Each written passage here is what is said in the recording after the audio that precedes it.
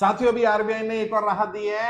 आप आसानी से अपना लोन रीस्ट्रक्चर करा सकते हैं। आपका लोन चाहे बैंक से हो, एनबीएफसी से हो, किसी प्राइवेट बैंक से लिया हो, कहीं से भी लोन लिया, अगर आप रीस्ट्रक्चर कराना चाहें तो तुरंत रीस्ट्रक्चर करा सकते हैं। बैंक ने इंस्ट्रक्शन दी है, आरबीआई ने सभी बैंकों को इंस्ट्रक्शन दे दी, सभी एनबीएफसी को दे दी, सभी फाइनेंशियल इंस्टीट्यूशन को इंस्ट्रक्शन दी है। अगर कोई कस्टमर अपनी स्थिति बताता है और स्थिति के हिसाब से उसका लोन रीस्ट्रक्चर करना जरूरी है तो लोन को रीस्ट्रक्चर किया जाए।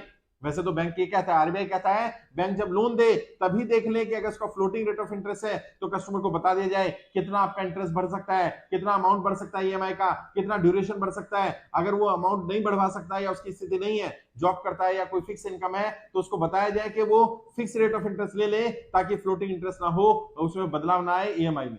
और अगर ड्यूरेशन बढ़ानी भी है तो भी कस्टमर को बताना पड़ेगा। अगर कस्टमर ड्यूरेशन बढ़ाना चाहता है कि मेरी ईएमआई को कम कर दिया जाए, अमाउंट को कम कर दिया जाए और मेरे टेन्योर को बढ़ा दिया जाए, तो ये फैसिलिटी भी कस्टमर को देनी पड़ेगी। और अगर कस्टमर उल्टा करता है, मान लीजिए कस्टमर के पास कहीं से पैसा आ गया और वो कहता है मेरी ईएमआई को डबल कर दिया जाए और मेरी ड्यूरेशन को कम कर दिया जाए, तो वो भी फैसिलिटी बैंक को देनी पड़ेगी। 2 बार कोई भी व्यक्ति अपने पूरे टेन्योर में अपने लोन को रीस्ट्रक्चर करा सकता है, ईएमआई को कम करा सकता है, ईएमआई को बढ़वा सकता है, ड्यूरेशन को कम करा सकता है, ड्यूरेशन को बढ़ा सकता है। और बैंक इस बात के लिए मना नहीं कर सकते। यदि बैंक मना करते हैं तो आरबीआई के पोर्टल पर जाकर उनकी कंप्लेंट करिए और बैंक से जो भी कम्युनिकेशन करिए रिटर्न में करिए। और बैंक भी जो कम्युनिकेशन करे, बैंक को बोलिए आप रिटर्न में भेजिए, मुझे मेल के माध्यम से भेजिए, लेटर के माध्यम से भेजिए, आप मेरी एप्लीकेशन को क्यों रिजेक्ट कर रहे हैं, आप मेरी बात क्यों नहीं मान रहे हैं, आप मेरा लोन रिस्ट्रक्चर क्यों नहीं कर रहे हैं।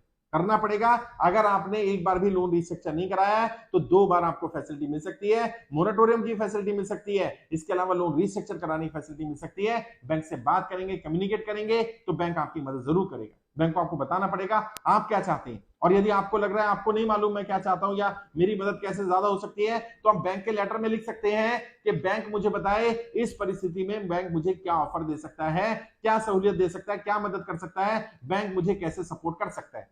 मान लीजिए आपकी नौकरी चली गई तो आप लेटर में लिखिए मेरी नौकरी थी, मैंने नौकरी के आधार पर लोन लिया था, मेरा हाउसिंग लोन चल रहा है लेकिन अब मेरे पास नौकरी नहीं है, पिछले 2 महीने 3 महीने से मैं जैसे तैसे करके ईएमआई पे कर रहा हूं, लेकिन अब क्योंकि मेरे पास कमाई का साधन नहीं है और नौकरी नहीं लग रही है तो मुझे समय दिया जाए, कम से कम 6 महीने का समय दे दिया जाए। 6 महीने में मैं नौकरी ज्वाइन करके आपकी ईएमआई कंटिन्यू कर दूंगा। इन 6 महीने का समय मुझे कैसे मिल सकता है, उसके लिए मुझे क्या कोई इंटरेस्ट पे करना होगा 6 महीने का, या 6 महीने का मुझे मोरेटोरियम मिल जाएगा जिससे कि ना मुझे इंटरेस्ट पे करना पड़े, ना ईएमआई पे करना पड़े, ना कोई पेनल्टी, ना कोई सरचार्ज लगे और ये ईएमआई मैं बाद में 6 महीने बाद से दे सकूं। लीन पीरियड मिल सकता है, मुझे कोई ऐसा पीरियड मिल सकता है जिसमें मुझे छूट मिल जाए।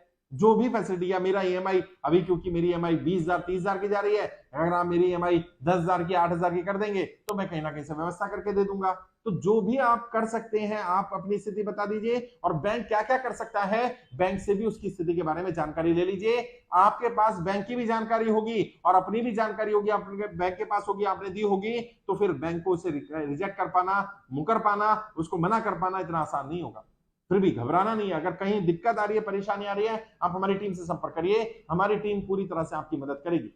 कोई भी व्यक्ति अगर बैंक वाला आपको परेशान कर रहा है, रिकवरी वाला परेशान कर रहा है, कहीं से आपने लोन लिया, प्राइवेट व्यक्ति से ले लिया, वो परेशान कर रहा है, आप लोन नहीं चुका पा रहे हैं, बिल्कुल नहीं घबराना है। आप कर्जमुक्त भारत अभियान में जुड़िए। अभियान पूरी तरह से निःशुल्क है। अभी लेटेस्ट की अगर बात करूं तो 9,65,000 ज्यादा लोग आवेदन कर चुके हैं और जो लोग हमारे साथ जुड़ रहे हैं अब सुप्रीम कोर्ट उनकी जानकारी हम लेकर के जा रहे हैं। सुप्रीम कोर्ट से मदद की गुहार करेंगे कि जैसे बड़े बड़े उद्योगपतियों को राहत दी जाती है, उनका लाखों करोड़ रुपया loan write off underwrite haircut के रूप में समाप्त किया जाता है, ऐसी आम जनता को भी राहत मिलनी चाहिए। आम जनता का भी लोन या तो माफ होना चाहिए या कम से कम उन्हें 1 साल का 2 साल का समय मिलना चाहिए ताकि वो आसानी से अपना कर्जा चुका सके।